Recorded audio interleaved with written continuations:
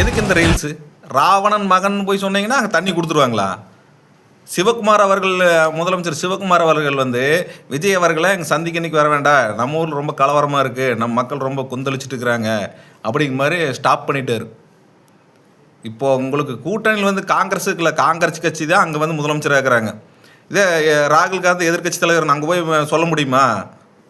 கர்நாடகார கொந்தளிச்சிருவா. போன டைம் தண்ணி கொடுக்காத போது எத்தனை தமிழ்நாட்டு மக்களை பிடிச்சி அடிச்சானுங்க தெரியுமா?